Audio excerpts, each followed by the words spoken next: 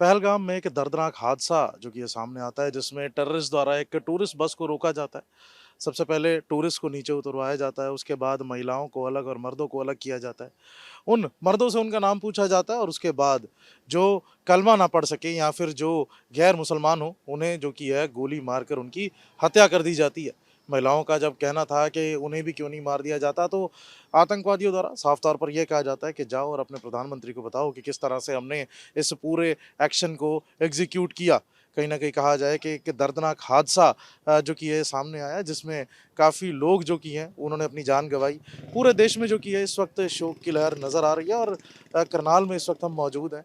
इन tourist के अंदर जो कि है एक लेफ्टिनेंट नेवल ऑफ़िसर लेफ्टिनेंट जो कि हैं मौजूद थे, विनय नरवाल। विनय नरवाल के घर के बाहर इस वक़्त हम मौजूद हैं। ये सिर्फ़ परिवार के लिए नहीं बल्कि पूरे देश के लिए शोक की घड़ी है।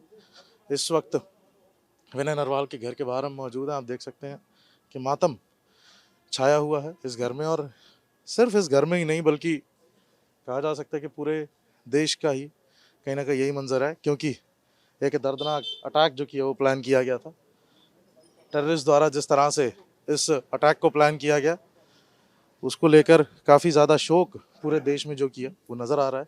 इस वक़्त माहौल भी देख सकते हैं काफ़ी गमगीन माहौल जो कि है वो यहाँ पर लोगों में नज़र आ रहा है और कहीं न कहीं सिर्फ़ इस घर में नहीं आज पूरा देश जो कि है इस मातम की घड़ी में जो कि है शोक की लहर में नज़र आ रहा है। कहीं न कहीं कहा जा सकता है कि जिस तरह से ये अटैक एग्ज़ीक्यूट किया गया, प्लान किया गया, उससे भी काफ़ी सवाल ज़रूर खड़े होते हैं। अगर सिर्फ़ गैर मुसलमान को मारना था तो ये किस तरह का अटैक जो किया वो सामने क्योंकि कभी टेररिस्ट अटैक्स में नहीं देखा गया कि सिर्फ़ जो कि है मुसलमानों को बचाकर गैर मुसलमानों को मारा जाए, जो कि जिस तरह से इस पूरे अटैक को पोर्ट्रे किया गया। पहले क्या धर्म के बारे जो कि है क्यों पूछा गया, उसके बाद महिलाओं और बच्चों को क्यों छोड़ा गया, सिर्फ़ इसलिए कि क्या मैसेज दिया जा सके? तो कहीं न कहीं कहा जा सकता है कि इस अटैक के ऊपर काफ़ी सवाल जो कि हैं वो खड़े भी होते नज़र आ रहे हैं, काफ़ी थ्योरीज़ जो कि हैं कॉन्स्पिरेसी की वो भी सामने आ रही हैं। इससे पहले भी अगर बात की जाए तो टेररिस्ट अटैक्स हुए हैं, लेकिन उन अटैक्स में कभी शायद ये नहीं जाँचा गया कि धर्म जो भी लोग मर रहे थे उनका धर्म क्या था।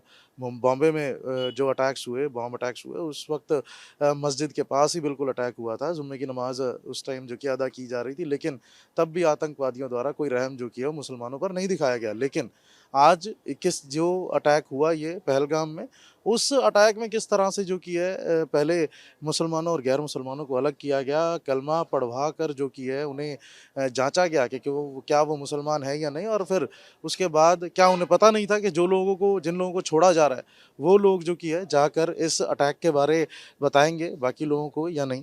तो कहीं न कहीं कहा जा सकता है कि काफ़ी सवाल जो कि है इस अटैक पर खड़े होते नज़र आ रहे हैं। हालाँकि इस वक़्त बात की जाए करनाल की, करनाल के अंदर विनय नरवाल जो कि नेवल ऑफ़िसर थे, लेफ्टिनेंट थे, उनकी भी हत्या जो कि है इस अटैक में हुई।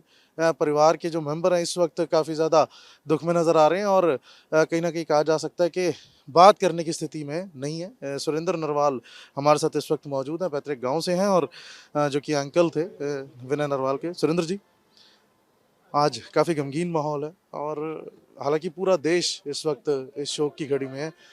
इस वक़्त अगर बात की जाए तो आप किन यादों को सहेजते हैं? क्या यादें आपको विनय के साथ के कौन-से मोमेंट्स याद आते हैं जब क्योंकि आप काफ़ी क्लोज़ रहे हैं विनय जी के? देखो, सबसे ज़्यादा उनकी यादें तो ये हैं, वो बहुत होनहार थे और उनके अंदर देश की सेवा का एक जज्बा था। लेफ्टिनेंट विनय नरवाल जब कमीशन्ड अफसर बने नेवी के अंदर, वो केवल एक ही बात बोला करते थे कि भाई मैंने जीना और मरना देश के लिए है। देश यदि मजबूत होगा, यदि हमारी सीमाएं मजबूत होंगी, तो ये देश तरक्की करेगा। मतलब आप ये देखिए कि जब वो बचपन में था, बचपन से ही वो पढ़ाई बहुत मजबूती से करता था, बहुत इंटरेस्ट से करता था। वो अच्छा खेलता था और कभी वो किसी का बुरा नहीं चाहता था।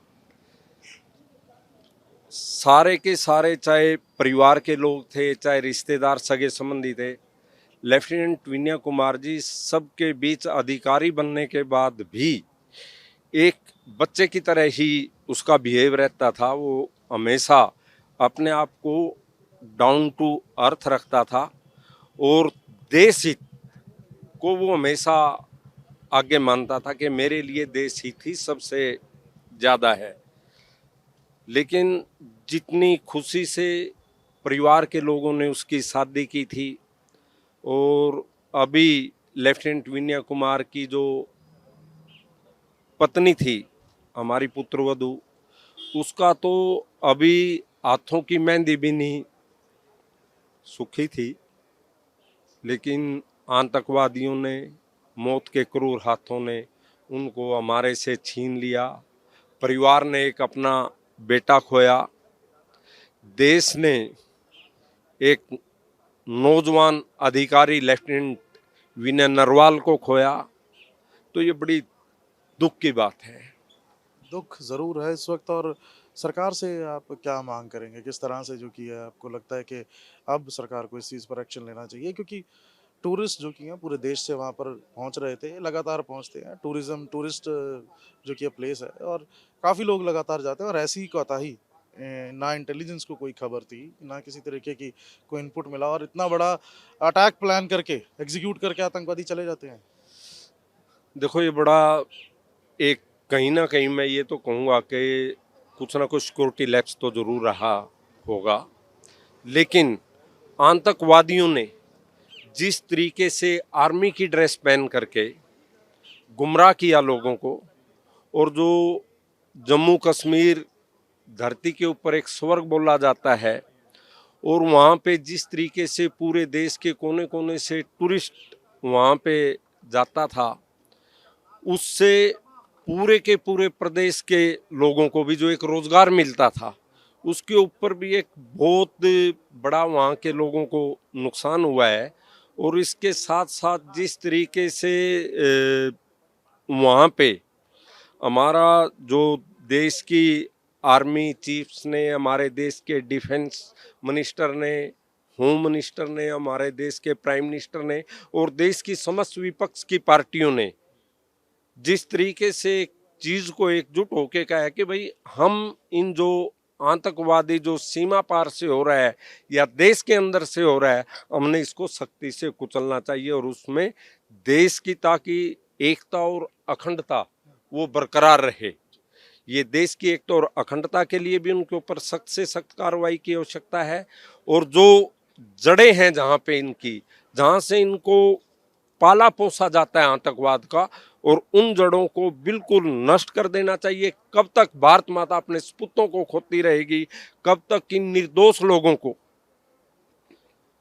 ये भारत माता आतंकवादियों की बलि चढ़ाता रहेगा? इसके ऊपर बहुत सख्त से सख्त कार्रवाई तुरंत से तुरंत करनी चाहिए। उनके घर के अंदर जा करके जहाँ पे आतंकवादी छिपा बैठा है और जहाँ पे उसकी जड़ें हैं, उनको बिल्कुल जड़ से नष्ट कर देना चाहिए, ताकि भारत माता एक अपना सपूत ना खोए, और कोई परिवार अपना बेटा ना खोए, किसी भी दादा का पोता ना जाए, बाप का बेटा ना जाए, माँ का बेटा ना जाए, और बहन का भाई ना जाए।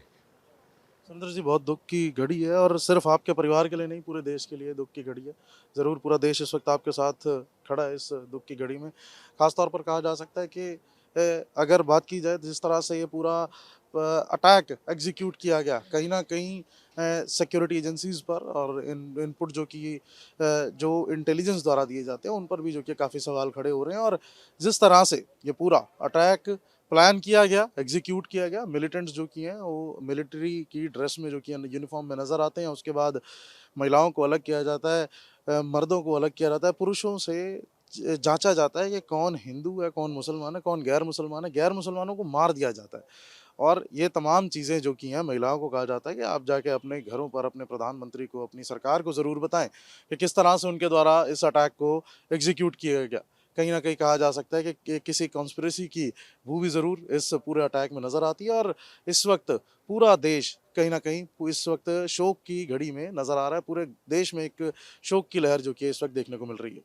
वीडियो जर्नलिस्ट सचिन अरोड़ा के साथ Anmol Singh Gulati, News Nation, Karnal. News Nation अब व्हाट्सएप पर खबरों के ताजा अपडेट के लिए न्यूज नेशन के इस क्यूआर कोड को स्कैन करें।